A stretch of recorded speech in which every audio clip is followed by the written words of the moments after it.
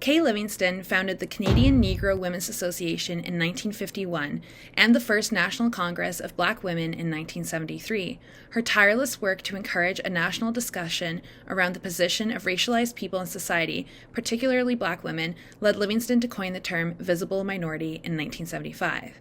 Bet you didn't know that? Well, it's time to educate.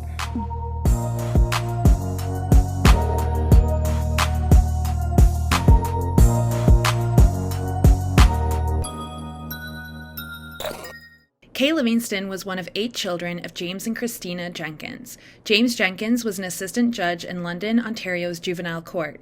He and Christina published the Dawn of Tomorrow newspaper, which served the Black community. When James Jenkins died in 1931, Christina and her children continued publishing the newspaper. Livingstone showed an early interest in the performing arts and went on to study at the Royal Conservatory of Music in Toronto and the Ottawa College of Music, where she studied elocution. During the Second World War, Livingstone worked for the Dominion Bureau of Statistics in Ottawa. While living in Ottawa, Livingstone started a radio program called The Kathleen Livingstone Show. After moving to Toronto, she continued to host radio shows for several stations, including the CBC. During this time, Livingstone worked as an amateur and professional film and television actress, work she continued for many years. In Toronto, Livingstone joined a small social club for middle-class Black women called the Dilettantes, which organized tea and garden parties. Soon after joining in 1950, Livingstone helped change the group's name and mandate, establishing in 1951 the eventual Canadian Negro Women's Association, also known as Canawa. She was elected Canawa's first president and served until 1953. Canawa's mandate was to become aware of, to appreciate, and further the merits of Black Canadians.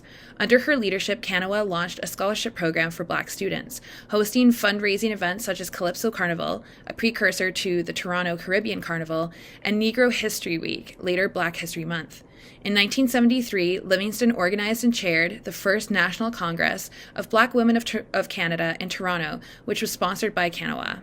This group brought together 200 Black women from across Canada and included the Colored Women's Club from Montreal, the Black Professional Women's Group from Dartmouth, and the Black Action Movement from Winnipeg, among other organizations.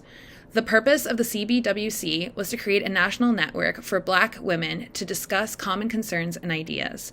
After a series of conferences in cities across Canada, the CBWC became a national organization in 1980, and chapters were formed across the country. In 1992, the CBWC established a foundation that promotes and facilitates activities and model programs which foster advancement, recognition, history, and education of Black women and their families. In later life, Livingstone worked as a consultant for the Privy Council of Canada. Her work there involved traveling the country and speaking with women's groups in preparation for a national conference on racialized communities in Canada. Livingstone is often credited with coining the term visible minority while working on this project. According to author Marcia Wharton-Zaretsky, the term became an organizing tool Canawa members could use to challenge unfair institutional practices in education, policing, and immigration. Although the term has become a contentious issue today, at the time it was seen as a radical descriptor of their location in Canadian society. Sadly, while in the process of planning the conference, Livingstone passed away suddenly in 1975.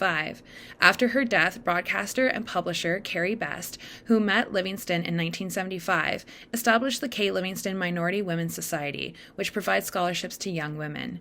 Livingstone was designated a person of national historic significance by the Canadian government in 2011. In November 2017, the Historic Sites and Monument Board of Canada erected a plaque dedicated to Livingstone at a park on Bedford Park Avenue in Toronto. In 2018, during Black History Month, Canada Post released a stamp depicting Kay Livingstone. And now you know who Kay Livingstone was.